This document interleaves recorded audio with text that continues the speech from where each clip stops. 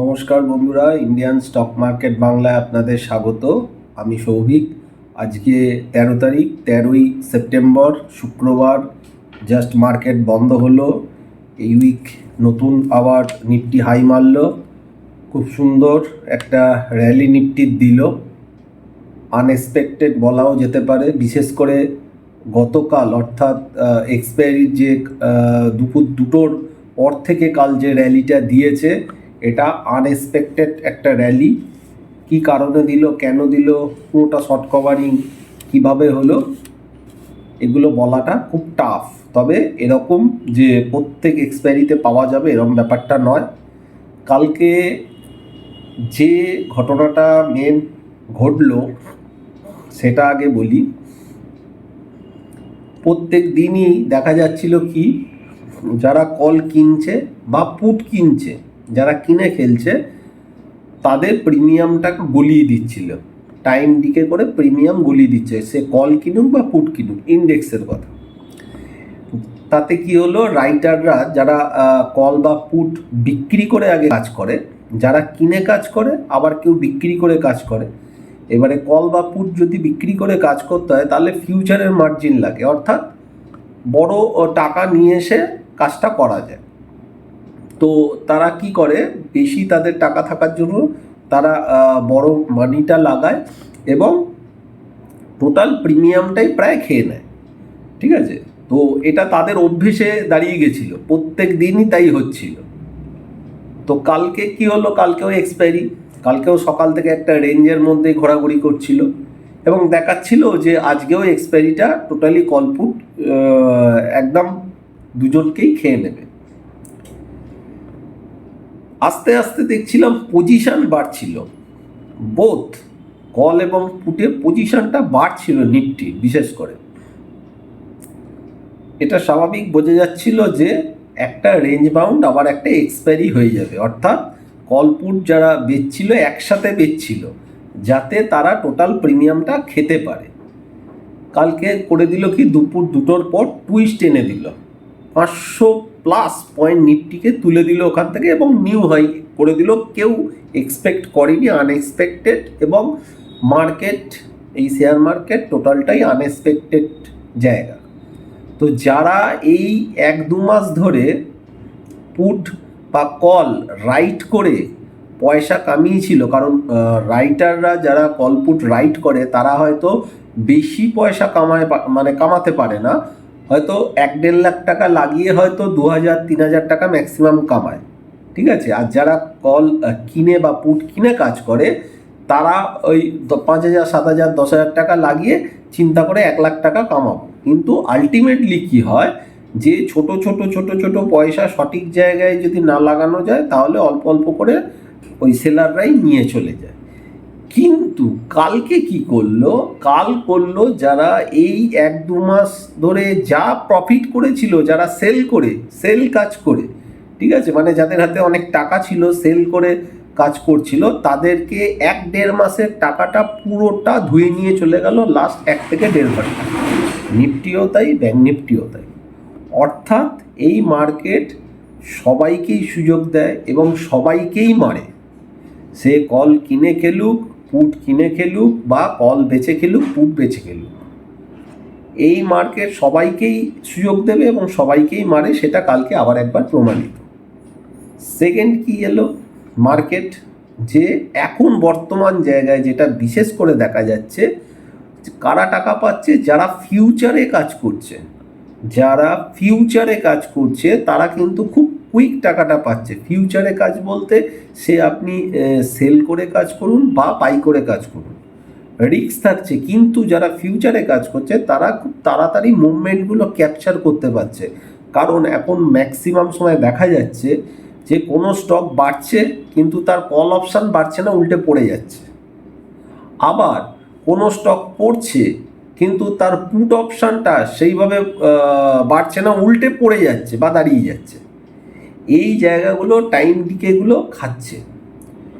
এবার যারা ফিউচারে কাজ করছে তারা কিন্তু ওই র্যালিতে কিছু পয়সা তারা পাচ্ছে, অর্থাৎ বেশি টাকা ইনভেস্ট না, ট্রেডিংয়ের জন্য বেশি টাকা নিয়ে এসে, রিস্ক বেশি নিয়ে এসে এখানে কিন্তু যারা কাজ করছে এবং তাৎক্ষণিক তুলে নিতে হচ্ছে টাকাটা। আমি রেখে দিলাম, কাল কি হবে সেই জায়গাটা কিন্তু একটু ভয়ঙ্কর জায়গা। কারণ মার্কেট নিফটি ওভারবট জায়গায় আছে, নিফটি মান্থলি চার্টে ওভারবট জায়গায় আছে। আপনারা যারা টেকনিক্যাল চার্ট দেখেন তারা দেখলেই বুঝতে পারবেন খুব ওভারবট জায়গায়, মানে এখন যে জায়গায় আছে হয়তো এর আগে কখনো নিফটি এতখানি ওভারবট হয়তো কোনোদিন হয়নি, আমি যেটুকুনি চার্টে দেখেছি। তো যাই হোক, হচ্ছে কতক্ষণ চলবে দেখা যাবে, কতক্ষণ চলবে। সব জিনিসেরই শেষ থাকে, কিন্তু এর মধ্যে একটাই যেটা দুঃখের, বেশ কিছু মেসেজ আমি পেয়েছিলাম যে নিফটি তো নতুন হাই করছে, খুব ভালো কথা, কিন্তু বলছে দাদা আমাদের পোর্টফোলিওর অবস্থা খারাপ, আমাদের পোর্টফোলিও তো লাভ। তার মানেটা কি? তার মানে হচ্ছে নিফটি 50টা স্টক নিয়ে তৈরি, কিছু বেশি ওয়েটেজ আছে সেগুলো দিয়ে নিফটিটাকে তুলে দিচ্ছে, কিন্তু জেনারেল পাবলিকের কাছে যে স্টকগুলো ম্যাক্সিমাম হোল্ডিং আছে সেই স্টক কি নতুন নতুন হাই করছে? পিএসইউ নিয়ে, ডিফেন্স নিয়ে, রেল নিয়ে প্রচুর প্রচুর প্রচুর লোক বলা বলি হয়েছিল, তাদের তো সব টপ তৈরি হয়ে গেছে, তার থেকে কতখানি করে নিচে আছে আপনারা প্রত্যেকে চেক করে নিন। অর্থাৎ দেখানো হচ্ছে যে নিফটি নতুন নতুন জায়গায় যাচ্ছে, কিন্তু আপনার পোর্টফোলিওয়ে দেখবেন সেই রকমভাবে কিন্তু গেন নেই। এইবার যখন মার্কেট পড়বে, এইভাবে তো আর সারা জীবন বাড়তে পারে না, একটা জায়গায় গিয়ে মার্কেটকে দাঁড়াতে হবে, একটা কারেকশান নিতে হবে। সেইখানে গিয়ে দেখবেন তখন কিন্তু পোর্টফোলিও স্টকগুলো আরও বেশি পিটবে এবং লালের পরিমাণ আরও বেশি হবে। এটাই হচ্ছে মার্কেট ট্র্যাপ করার একটা জায়গা, যে আমাদের মতো ছোট ছোট ইনভেস্টার বা ছোট ছোট ট্রেডারদের মার্কেট এইভাবে ট্র্যাপ করে। যেমন ওলা নিয়ে বারবার আমি বলে এসেছি, দেখুন ওলা কিভাবে ট্র্যাপ করে দিয়েছে, কিভাবে ওলাটাকে ট্র্যাপ করে দিচ্ছে। অনেকেই আমাকে মেসেজ করেছিলেন, আমি দেখলাম 148-50 টাকায় সবাই বাই করে আছে, আগে কিনেছিল আবার বেরিয়ে গেছে, আরও বাড়ছে আরও কিনছে। এখন টিভিতে কিন্তু আর ওলা সম্পর্কে কেউ কিছু বলছেই না, এখন কিন্তু ওলাটা টোটাল ধরিয়ে রেখেছে। তাহলে এখন কি লস বুক করব? আমি বলতে পারবো না, ধরে রাখতে হবে, পরবর্তীকালে কি হবে না হবে জানি না।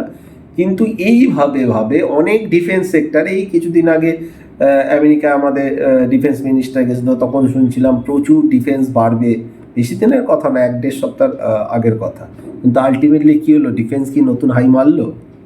পিএসইউ, রেল নতুন হাই মারলো, যেগুলো টপ আপাতত করে দিয়েছে। এখন ফার্মা খেলছে, কখনো এফএমসিজি খেলছে, কখনো আইটিকে দিয়ে খেলাচ্ছে, লার্জ ক্যাপ খেলাচ্ছে। যেমন আমি বহুবার ভিডিওয়ে বলে গেছি, আমার খুব ফেভারিট স্টক ওরাকল ফিনান্স। অনেকে হয়তো ভাবছেন এত টাকা দাম, কিন্তু আমি যখন বলেছিলাম তখন এই স্টকটা কিন্তু 4,000-5,000 এরকম দাম ছিল, আরও নিচেও হয়তো বলেছিলাম, আমার মনে নেই, কিন্তু 4-5 হাজার টাকা আমার এখনও মনে আছে বলেছি, বেশি দিনের কথা নয়। আজকে ওরাকল ফিনান্স নিউ হাই মেরেছে, 12,000 টপকে গেছে, এবং হয়তো একদিন কি দুদিনের মধ্যে 12,500 হয়তো টাচ করে দিতে পারে ওরাকল ফিনান্স। এই রকমভাবে বিভিন্নভাবে যেগুলো হয়তো মানে রিটেলার, ছোট ছোট রিটেলারদের হাতে থাকছে না, সেই স্টকগুলোকে কিন্তু এক একটা নতুন জায়গায় নিয়ে চলে যাচ্ছে। টেস্টি বাইট আছে, এরকম বিভিন্ন স্টক আছে, ভোল্টেম আছে, ওরকম অনেক স্টক আছে, এগুলো নিয়ে যাচ্ছে। তো যাই হোক, ওভারঅল মার্কেটের এখন যতই হোক নিফটি হাই মারুক, যদিও গতকাল যে হাইটা নিফটি করেছিল সেই হাইটা কিন্তু আজকে ভাঙতে পারিনি, এটা কিন্তু ভালো সংকেত নয়। তবে আমার ধারণা যে এই নেক্সট উইকটায় হয়তো কিছুটা রেঞ্জের মধ্যেই হয়তো নিফটি থাকবে।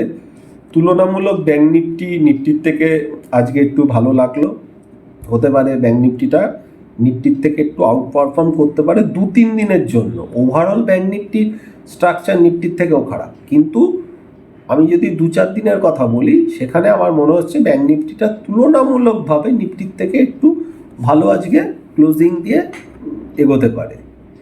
এবার নিফটির মোটামুটি লেভেল, ব্যাঙ্ক নিফটির লেভেল আমি বলে দিচ্ছি, তার আগে গোদরেজ প্রপার্টি এটাও কিন্তু 3,000 টাকা টাচ করে দিতে পারে 1-2 দিনের মধ্যে, করতে পারে, সম্ভাবনা আছে। এরকম অনেক অনেক স্টক আছে যেগুলো ছোট ছোট স্টক তারা কাজ করছে, আবার কিছু কিছু স্টক দাঁড়িয়ে যাচ্ছে। এইভাবেই এখন তালে গোলে মার্কেট চলছে। আজকে ওএফএসএস যে মুভটা দিল, আজকে 12,000 হওয়ার আগে একটা যে ইন্ডিকেশন দিল, সেই জায়গায় আমরা একটা কল বাই করলাম, এবং কল বাই করার পর দেখলাম 10-15 মিনিটে 12,200 কলটা 188 থেকে 378 সামথিং হাই মেরে দিল। ম্যাক্সিমাম 15 মিনিট হয়তো হবে। মানে যখন বাইটা আসছে তখন এমনভাবে আসছে কাউকে ধরার জায়গা দিচ্ছে না, এবং যেগুলো যাচ্ছে না তো যাচ্ছে না, দাঁড়িয়ে যাচ্ছে। মানে এইভাবে মুভমেন্টগুলো চলছে, স্টকের মুভমেন্টও এইভাবে চলছে।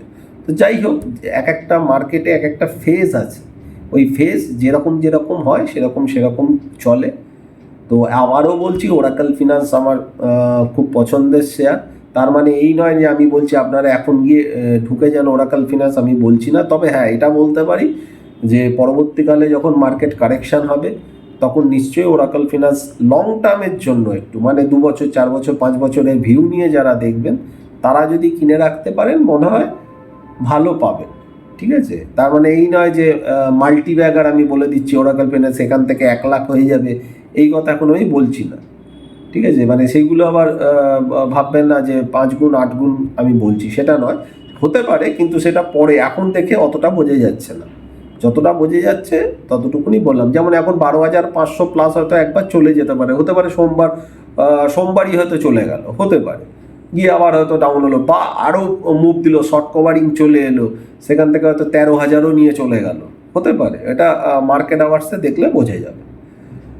তো যাই হোক, নিফটির যে জায়গাটা আছে সেটা হচ্ছে নিফটি 25,356.50 আজকে ক্লোজ হয়েছে। রেজিস্ট্যান্স আছে 25,433 এবং সাপোর্ট আছে 25,256। আর ব্যাঙ্ক নিফটি আপনার 51,938 ক্লোজ দিয়েছে। রেজিস্ট্যান্স আছে 52,441 আর সাপোর্ট আছে 51,333। এটা হচ্ছে নিফটি ব্যাঙ্ক নিফটির সাপোর্ট রেজিস্ট্যান্স। এখন যেহেতু আমি সপ্তাহে 2টো করে ভিডিও করছি, তাই জন্য শুক্রবার একটা ভিডিও পাবেন আর একটা মঙ্গলবার করে ভিডিও আমি দেব। এছাড়াও আমি বারবার একটা কথাই বলছি যে মার্কেটের যে কন্ডিশন, মার্কেট যে অবস্থা, হয়তো এখান থেকে আরেকটু বাড়তে পারে, বা 18 তারিখে যে আমেরিকায় ফেড রেট কাটবে, এটা ব্যাপারটা সবাই জানে, সবাই জেনে গেছে।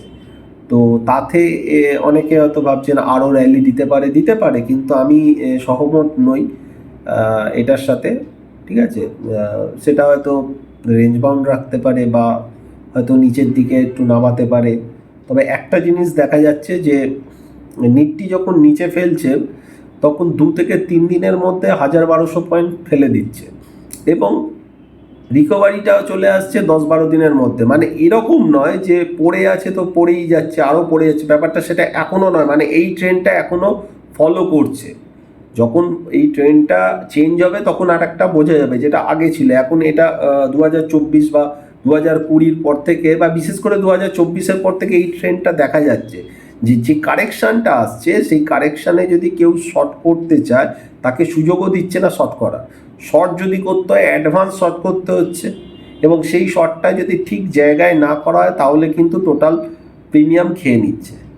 আবার লংয়ের ক্ষেত্রেও ঠিক একই, যেভাবে বাড়ছে সেভাবে কিন্তু কলের টাকাটা বাড়ছে না, কিন্তু ইন্ডিভিজুয়াল স্টক কাজ হচ্ছে দিনের দিন, কিন্তু তাও অনেক দেখে শুনে, মানে দিনের দিন, মানে আধ ঘন্টা 1 ঘন্টার মধ্যেও টাকা পেয়ে গেলে বেরিয়ে যাওয়াটা ভালো এখন যে সময়টায় চলছে। ওই জন্য আমি একটা কথাই বলবো যে বাজার এখান থেকে আরও বাড়তেই পারে, নিউ হাই বাড়তেই পারে, যেহেতু এখন ওপরে কোনো অফিসিয়ালি কোনো দাঁড়ানোর ব্যাপারটা নেই, দেখা যায় না, তো যত দূর খুশি বাড়তে পারে। তবে আমার মনে হয় সাবধানতা অবলম্বন করা খুবই দরকার, কারণ যে জায়গায় মান্থলি চার্ট চলে এসেছে নিফটির, বিশেষ করে আমি নিফটির কথা বলছি, সেটা কিন্তু খুব স্বস্তিদায়ক নয়।